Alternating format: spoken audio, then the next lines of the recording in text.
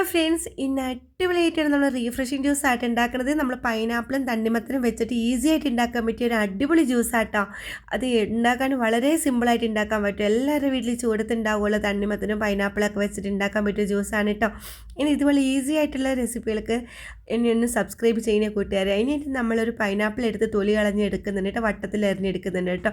അതുപോലെ തണ്ണിമത്തനും എടുത്ത് നമ്മൾ ചെറിയ പീസായിട്ട് കട്ട് ചെയ്ത് ഒരു മിക്സിയുടെ ജാറിലേക്ക് നമ്മൾ ഇട്ട് കൊടുക്കുന്നുണ്ട്. ഈ പൈനാപ്പിളും ഈ തണ്ണിമത്തനും ഇട്ട് കൊടുത്ത് 2-3 സ്പൂൺ പഞ്ചസാര ഇട്ട് കൊടുക്കുന്നത്, കുറച്ച് നാരങ്ങ നീരും പിഴിഞ്ഞിട്ട് കൊടുക്കുന്നുണ്ട് കേട്ടോ.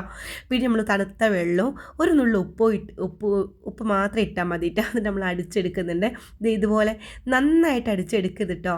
നല്ല പേസ്റ്റ് പോലെ ആക്കരുത്. അതിന് ഇടയ്ക്കിടയ്ക്കുന്നുള്ള പൈനാപ്പിളിൻ്റെ തണ്ണിമത്തൻ്റെ പീസ് നമ്മൾ കടിക്കണം കേട്ടോ. നല്ല ടേസ്റ്റായിട്ട് നല്ല റീഫ്രഷിങ്. ഇതുപോലൊരു ജ്യൂസ് നിങ്ങൾ കുടിച്ചിട്ടുണ്ടാവില്ല, ഒന്ന് കുടിച്ച് നോക്കണം കേട്ടോ കൂട്ടുകാരെ.